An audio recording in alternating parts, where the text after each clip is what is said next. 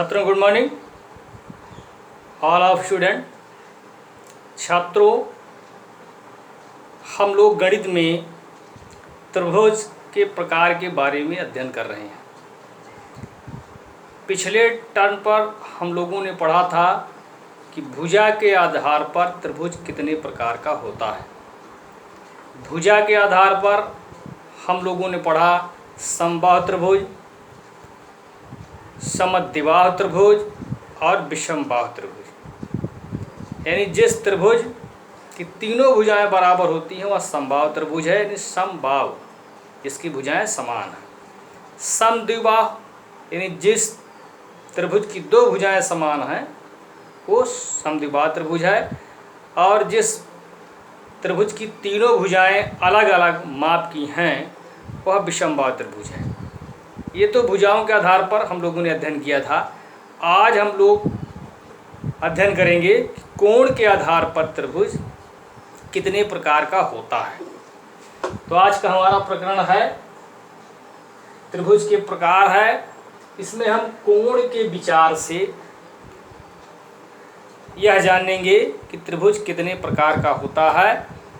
तो सबसे पहले है न्यून कोण त्रिभुज। पहला न्यून कोण त्रिभुज।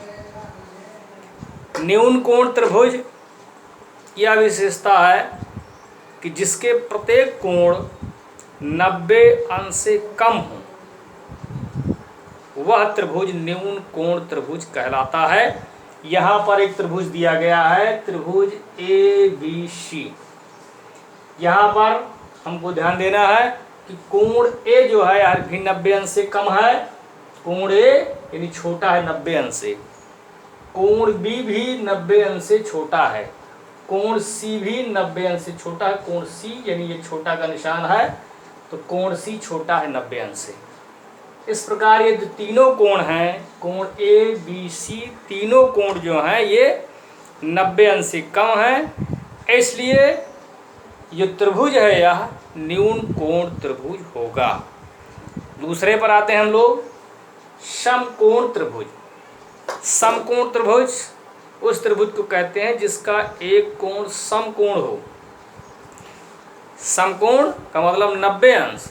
यहाँ त्रिभुज है ABC, यहाँ जो कोण B है यानी कोण ABC क्या है, ये 90 अंश का है। इसलिए ये जो त्रिभुज है ABC ये क्या हो गया, समकोण त्रिभुज। समकोण त्रिभुज में जो समकोण होता है यानी यहाँ कोण B समकोण है, इसके सामने की भुजा कर्ण कहलाती है। यानी AC कर्ण है जिस पर यानी त्रिभुज खड़ा है, वो आधार है और ये लंब है। आधार, कर्ण और लंब, इसमें एक सूत्र होता है कर्ण, जो पाइथागोरस का सूत्र है कि किसी समकोण त्रिभुज में कर्ण पर का बना वर्ग शेष दोनों भुजाओं पर बने वर्गों के योग के बराबर होता है।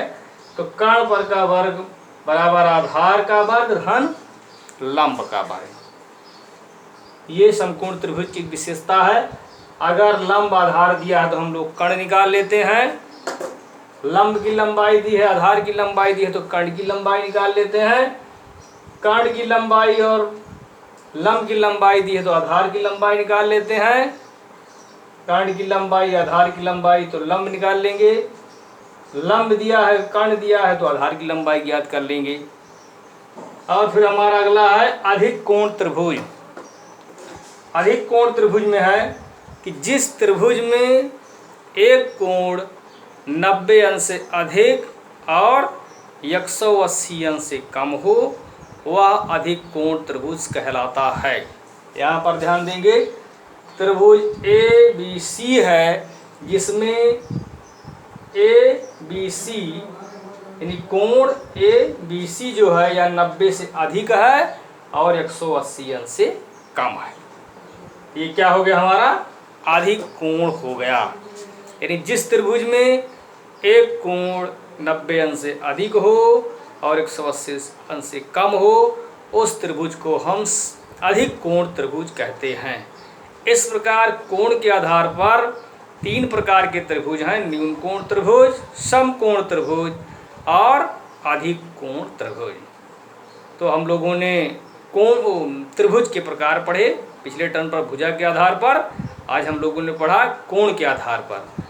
अब हम लोग अगले टर्म पर त्रिभुज का क्षेत्रफल कैसे निकालते हैं इसके बारे में अध्ययन करेंगे।